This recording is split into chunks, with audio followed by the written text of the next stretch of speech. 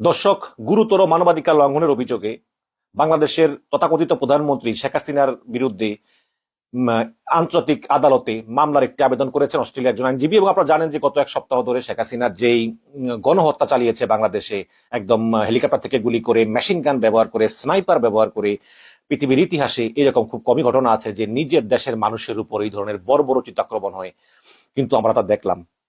তো এই কারণেই দেশে বিদেশে বিভিন্ন বিভিন্ন সমাজ, বিভিন্ন মানবাধিকার সংস্থা বা বিভিন্ন নাগরিক সমাজ তারা আসলে শেখ হাসিনার বিচার দাবি করতেছিল। ঠিক এমন এক সময় অস্ট্রেলিয়ার একজন আইনজীবী তিনি আন্তর্জাতিক অপরাধ আদালতে মামলার আবেদন করেছেন শেখ হাসিনার বিরুদ্ধে। এবং দেখা যাক কি, আমি একটু সাংবাদিক জুলকারনাইন সাহেব সামির ফেসবুক পেজ থেকে একটু পড়ে শোনাই। বাংলাদেশের সাম্প্রতিক সময়ে সংঘটিত ঘটনাসমূহ আমলে নিয়ে দেশটিতে মানবতা বিরোধী অপরাধ সংঘটিত হয়েছে দাবি করে বিষয়টি প্রাথমিক নিরীক্ষার জন্য অন্তর্ভুক্ত করতে আন্তর্জাতিক অপরাধ আদালত আইসিসিতে আবেদন করেছে অস্ট্রেলিয়ান একটি আইনি প্রতিষ্ঠান। এবং মানবতা বিরোধী অপরাধে যুক্ত থাকার অভিযোগে শেখ হাসিনা সহ মোট ২৬ জনকে অভিযুক্ত করারও আবেদন জানানো হয়েছে। মামলা হয় নাই, কিন্তু মামলার আবেদন করা হয়েছে। এবং এবং এখন এই আন্তর্জাতিক অপরাধ আদালত এটা যাচাই বাছাই করে তারা দেখবে এটাকে মামলা হিসাবে গ্রহণ করা যায় কিনা, এবং আসলে এটাকে মামলা হিসাবে গ্রহণ করার সম্ভাবনা কতটুকু সে ব্যাপারে আলোচনা করব। এখানে যে ২৬ জনকে আসামি করা হয়েছে তাদের নাম একটু পড়ে শোনাই। সেটা হচ্ছে, ১ নম্বর আসামি হচ্ছে Miss Sheikh Hasina Wazed, prime minister and president Bangladesh Awami League. Mister Asaduzzaman Khan Kamal, ministry of home affairs. Mister Obaidul Quader, minister of road transport and bridge and general secretary Bangladesh Awami League. Mister Anisul Haque, minister of law, justice and parliamentary affairs. Mister Mohibul Hasan Chowdhury, minister of education. Mister Mohammad Ali Arafat, minister of state for information and broadcasting. Mister Junaid Ahmed Palak, minister of state for post telecommunication and information technology. Mister Chowdhury Abdullah Al Mamun, inspector general of Bangladesh police. Mister Harunur Rashid, chief of detective branch Bangladesh police. Mister Harunur Rashid, director general of rapid action battalion RAB, মানে ওই র্যাবের প্রধান আর DB প্রধান দুইটার নামই ছিল হারুন। তো DB প্রধান থেকে হারুন সরে গেছে এখন, যাই হোক। Inspector Apurba Hasan, Bangladesh police. General Wakeruzzaman, chief of army staff.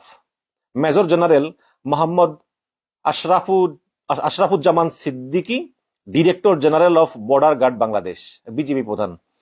Brigadier S M Zakaria Hossain, 14 independent engineers brigade Bangladesh army. Brigadier general Imran Hamid, 46 independent infantry brigade Bangladesh army. Brigadier general MD Nishatul Islam Khan, director internal affairs bureau, DGFI. Lieutenant colonel Redwanul Islam, Bangladesh army. Major MD Noman Al Faruk, deputy commander 23 Bengal regiment Bangladesh army. Mister Saddam Hussain, president Bangladesh Chhatra League. Mister Sheikh Wali Asif Inan, general secretary Bangladesh Chhatra League. Mister Mazharul Kabir Shayon, president Bangladesh Chhatra League university Dhaka. Mister Tanvir Hasan Saikat, general secretary Bangladesh Chhatra League university of Dhaka. Mister Riaz Mahmud, president Bangladesh Chhatra League Dhaka metropolitan north unit. Mister Sagar Ahmed, general secretary Bangladesh Chhatra League Dhaka metropolitan north unit. Mister Rajibul Islam, president Bangladesh Chhatra League Dhaka metropolitan south unit. Mister Sajal Kunda, general secretary Bangladesh Chhatra League Dhaka metropolitan south unit. তো এদের বিরুদ্ধে এই মামলা করা হয়েছে। তো এই ২৬ জনকে আসামি করে আন্তর্জাতিক অপরাধ আদালতে একটা মামলার জন্য আবেদন করা হয়েছে। তো আপনারা দেখলেন যে অস্ট্রেলিয়ার একজন বিজ্ঞ আইনজীবী তিনি আন্তর্জাতিক অপরাধ আদালতে মামলা করেছেন শেখ হাসিনা সহ ২৬ জনের বিরুদ্ধে অভিযোগ যে তারা মানবতা বিরোধী অপরাধ করেছেন। এখন প্রশ্ন হচ্ছে যে আন্তর্জাতিক অপরাধ আদালত এই মামলাটি গ্রহণ করবে কিনা। দেখুন, এখানে কিছু বিষয় আছে। সেটা হচ্ছে যে শেখ হাসিনা যে গণহত্যা চালিয়েছে এটা কিন্তু সত্য, এটা অলরেডি এস্টাবলিশড।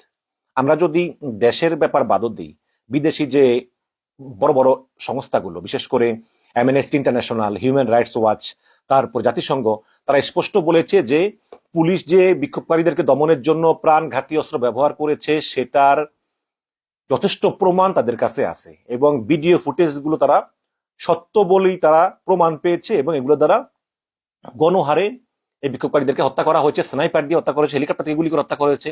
তো তো এরকম প্রমাণ কিন্তু অলরেডি এস্টাবলিশড। অ্যামনেস্টি ইন্টারন্যাশনালের সিনিয়র ডিরেক্টর ডেপ্রোজ মুচেনা তিনি বলেছেন যে বাংলাদেশ থেকে আসা ভিডিও এবং ছবির ক্রমাগত যাচাই এবং বিশ্লেষণে আমি এক ভয়াবহ চিত্র পেয়েছি। তিনি আরো বলেছেন যে বিক্ষোভকারী শিক্ষার্থীদের উপর গুলি, আবদ্ধ জায়গায় শিক্ষার্থীদের উপর বিপজ্জনক টিয়ার সেল নিক্ষেপ, নিরাপত্তা বাহিনী AK-47 রাইফেল, স্নাইপার সহ প্রাণঘাতী অস্ত্রের যথার্থ ব্যবহার করা হয়েছে। এখন সেই আবারও একই প্রশ্ন যে ইন্টারন্যাশনাল ক্রিমিনাল কোর্ট মানে আন্তর্জাতিক অপরাধ আদালত তারা এই মামলাটা আমলে নিবে কিনা। দেখুন, এই বিষয়ে জাতিসংঘ নিয়োজিত মানবাধিকার বিশেষজ্ঞ এবং নরওয়ের ইউনিভার্সিটি অফ অসলোর আন্তর্জাতিক আইনের অধ্যাপক সিসিলিয়া এম বাইয়ে তিনি বলেছেন যে যে কোনো দেশে মানবাধিকার লঙ্ঘনের তথ্য প্রমাণ জাতিসংঘের আওতায় মানবাধিকার সংক্রান্ত যে মেকানিজম আছে সেখানে তুলে ধরতে পারে। মানে জাতিসংঘের আওতায় যেসব সংস্থাগুলো আছে যারা মানবাধিকার নিয়ে কাজ করে তাদের কাছে তুলে ধরতে পারে। এবং তিনি আরো বলেছেন যে আপনারা দেখেছেন যে জাতিসংঘ মানবাধিকার বিষয়ক হাইকমিশন খুব শক্ত বিবৃতি দিয়েছেন, তারা বলেছেন তাদের কাছে প্রমাণ আছে। তার মানে জাতিসংঘ বিষয়টিতে প্রতিক্রিয়া দেখাচ্ছে। সিসিলি আরো বলেছেন যে মানবাধিকার লঙ্ঘন হলে এবং মানবতা বিরোধী অপরাধ হলে দেশের ভিতর থেকে একটা গোষ্ঠী যখন খুব প্রতিবাদ করে সেটা ভালো কাজ দেয়। এটা কিন্তু বাংলাদেশে আছে। বাংলাদেশের ছাত্র জনতা তারা কিন্তু প্রতিদিন রাজপথে এটার প্রতিবাদ করতেছে এবং তারা তথ্য প্রমাণ সংগ্রহ করে, ভিডিও ফুটেজ সংগ্রহ করে, সাক্ষী সংগ্রহ করে তারা কিন্তু সহযোগিতা করতে প্রস্তুত। তো এটা খুবই একটা গুরুত্বপূর্ণ জিনিস। এবং তিনি আরো বলেছেন যে বিভিন্ন আন্তর্জাতিক সংস্থা তথ্য উপাত্ত জোগাড় করার মাধ্যমে সত্য ঘটনা তুলে ধরছে এবং পাশাপাশি মাঠে কি ঘটতেছে সেগুলোও কিন্তু জনগণের তুলে ধরতে হবে। তো তিনি আরো বলেন যে আন্তর্জাতিক অপরাধ আদালত তারা মামলা নেওয়ার আগে তারা দেখবে যে বাংলাদেশের প্রচলিত বিচার ব্যবস্থায় আসলে বিচারটা কিরকম হচ্ছে, বা যারা এই গণহত্যার জন্য দায়ী তারা আসলে বিচারের মুখোমুখি হচ্ছে কিনা। তো আন্তর্জাতিক বিচারে যাবার আগে দেশের ভিতরের বিচার ব্যবস্থাগুলো কিরকম সেটা কিন্তু আন্তর্জাতিক অপরাধ আদালত তারা কিন্তু দেখবে। তখন যদি তারা মনে করেন যে না, দেশের ভিতর ন্যায় বিচার পাওয়া সম্ভব না, দেশের ভিতরে সব বিচারকরা করাপ্টেড, দেশের ভিতরে সব বিচারকরা হাসিনার তল্পিবাহক, তখন ইন্টারন্যাশনাল ক্রিমিনাল কোর্ট তারা এই মামলার আবেদন গ্রহণ করতে পারে। তো সিসিলি আরো বলেন যে বাংলাদেশের বিচার ব্যবস্থা যে আসলে ভঙ্গুর এবং ন্যায় বিচার পাওয়া সম্ভব নয় এটার একটা প্রমাণও কিন্তু ইন্টারন্যাশনাল ক্রিমিনাল কোর্টকে দিতে হবে। অবশ্য এই প্রমাণ ভুরি ভুরি আছে, এই সব প্রমাণ দিতে মানে হাজার হাজার দেওয়া লাগবে। কারণ গত 15 বছরে তো শেখ হাসিনা প্রত্যেকটা প্রতিষ্ঠান ধ্বংস করেছে, বিচার বিভাগ সহ।